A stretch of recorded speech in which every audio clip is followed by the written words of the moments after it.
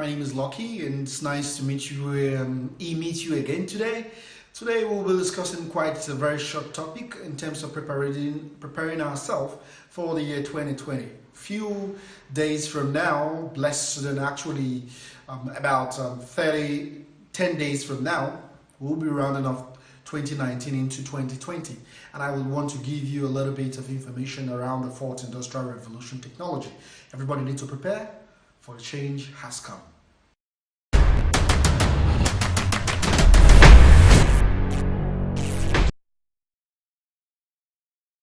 So today we'll be talking about distributed ledger technology, popularly called DLT.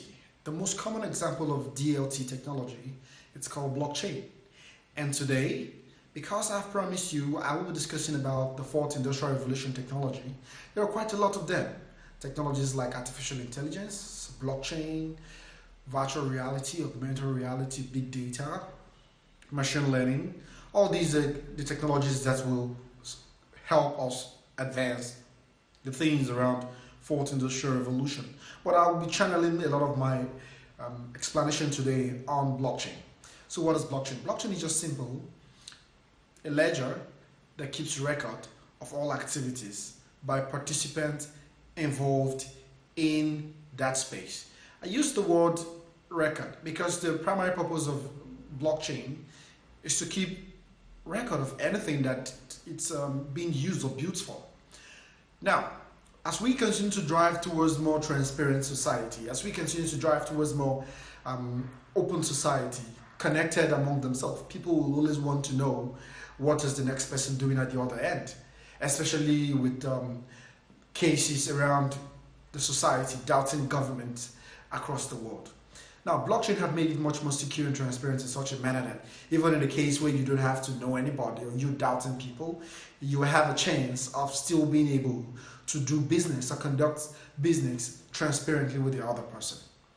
Now, what will blockchain do in the entire process? It's simple. Let's say for every record or for every activity or for every transaction or for every business endeavor you want to do with the other person, the other person, most likely in this case, might be the only one who have the rights to keep record of any information you do with them. Imagine as a public person, I want to do or engage the activities of my government official. But because my government official is the only authorized people to keep record about certain information I want to do, I as a private person cannot or don't even have the right to even check those things. And if at all I do have the right, I must seek their consent first. Well, think as we continue to go into the fourth industrial revolution, which already have started in my own opinion, people will want to ask for more transparency and accountability. And in transparency, what do I mean? I mean everybody wants to know that which you share with me is as transparent as possible. What are we going to do when that era comes? And I believe the era is here, as a matter of fact. To do that, we would use the technology which was originally came into light or became more popular in 2009 when a man called Satoshi Nakamoto had used the technology to develop other use cases like cryptocurrency, in this case to be more specific, Bitcoin. In 2009, he used blockchain technology to create another valuable asset called Bitcoin.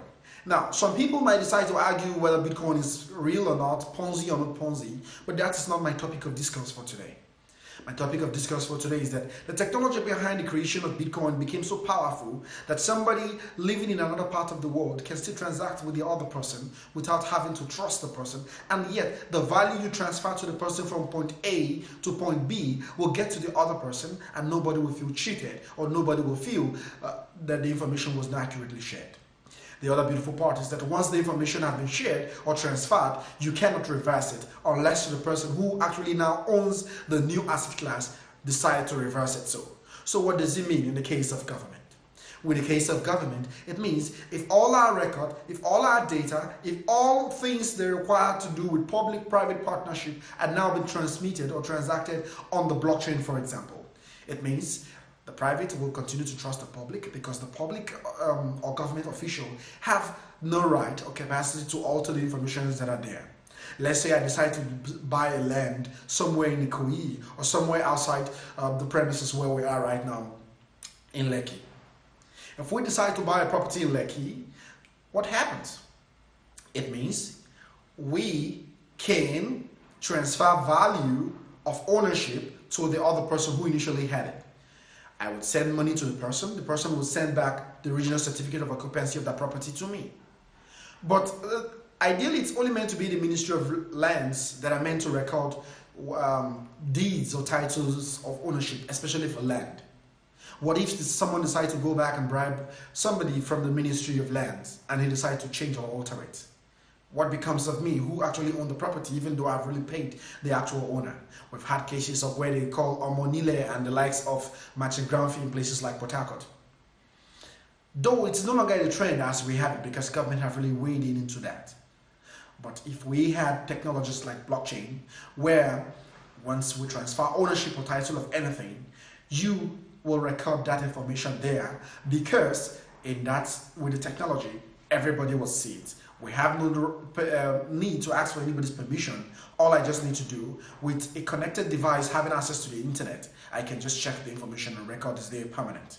And if me decide tomorrow to sell to somebody else, once I sell, I will also transfer the ownership and certificate electronically, and that record will be permanent. So even if I decide to wake up the next day and say, oh, I did not actually do that, or the property was not mine, or I decide to say, I still have a copy of the original document, but for the very fact that the government now record all the data transparently on top of the blockchain, it means I cannot claim ownership to that, even in a competent court of law. Now, I'll give a very simple analogy while I wrap up this conversation for today. Imagine, is it possible that after buying an MTN recharge card, I load it, in this case, I have decided to scratch it. I send the PIN number of the recharge card or the top-up airtime to a friend of mine. If he decides, for example, to load star 555 star, the full MTN number or Glo number, in whichever the case may be, at the end of the day, he decided to put hash and he loads it and gets the top-up credit of, say, 200 naira. Even me, who owns the actual property, because I have sent it to him in the first place, can no longer have access back to that same 200 naira credit. But in this case, the reason why I can no longer have access back to the 200 naira credit is because somebody else have already used it or have loaded it in his phone. What if it's a case of where it is no longer products that will be loaded like digitally, like an MTN recharge card? What if it was a physical item that cannot just be consumed once? Can I go back to claim that I actually own that property afterwards, after selling it or sending it to the person? That's where blockchain comes to play. As we move into 2020, this is a new decade, this is a new era, and I believe a lot of people will begin to call all government and public servants to order. And to do this, even for the sake of the public servants, to even reduce the difficulties that they face or the challenges that they face in their operations or day-to-day activities. They even need blockchain even more than the public who've been asking for it. Why? Because it will reduce the number of time they have to continue to settle disputes, continue to go back into record. Anybody can call up record anytime, any day. Now, I just gave you a scenario of an MTN recharge card where after having bought the card myself, I send the PIN number to a friend and the friend decides to load it, and I, who actually had sent it initially, can no longer have access back to the recharge card. Now, put that same scenario in your mind, and as you put them in your mind, come back to everyday activities. Imagine if our voting systems will be recorded that way. Land registry, marriage registry, property and deeds of title, certificate, company ownership, shares, different kind of things, business transactions, logistics, shipping, health care records. It's just an endless stream. And that's why I would say that blockchain is important for year 2020. So do well to learn whatever you can about the fourth industrial revolution. For example, blockchain. Thank you.